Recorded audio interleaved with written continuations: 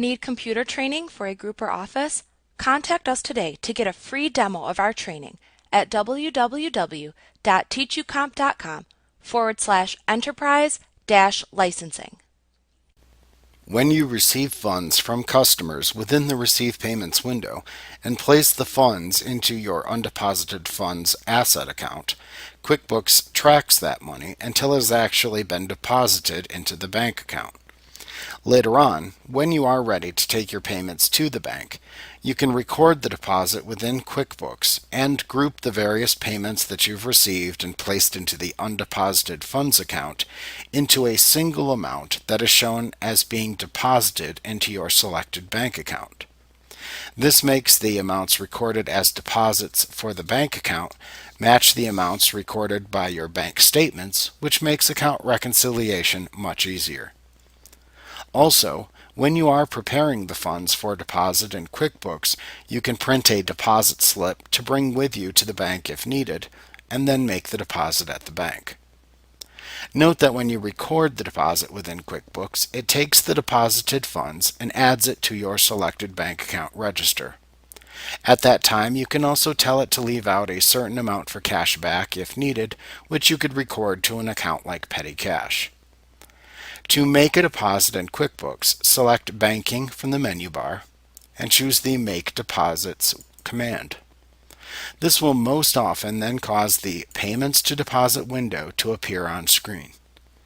In the Payments to Deposit window, you can see all of the customer payments that you have received through the Receive Payments window and elected to move to the undeposited funds account. You can use the View Payment Method type drop-down at the top of the window to select the type of payments to view if needed.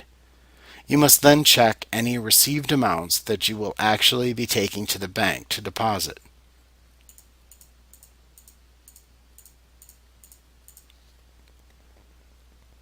Now, once you've made your selections, click the OK button to continue to the actual Make Deposits window. In this window, you will see the amounts that you have just selected shown in a listing. You can use the Deposit To drop-down to select the name of the bank account into which you would like to deposit the selected funds. Then enter the date of the actual deposit into the Date field. If necessary, you can click into the next available blank row within the Deposit window to record any other miscellaneous amounts that will be deposited, such as owner's contributions. If you need to get cash back from the deposit, then use the Cash Goes Back To drop-down to select the account used to record cash back, such as petty cash. Then enter the reason why the cash was held back into the Cashback Memo field. You can then enter the amount of cash to be held back from the deposit by typing the amount into the Cashback Amount field. If you want to print a deposit slip or deposit summary to take with you to the bank, then click the drop-down arrow to the right of the Print button within the toolbar at the top of this window and select either the Deposit Slip or Deposit Summary command. You can then print the selected form within the Print dialog box that appears. Once you're ready to record the deposit amount, click the Save and Close button to save and close the Make Deposits window. Like what you see? Get a free demo of our training for groups of 5 or more at www.teachucomp.com/enterprise-licensing.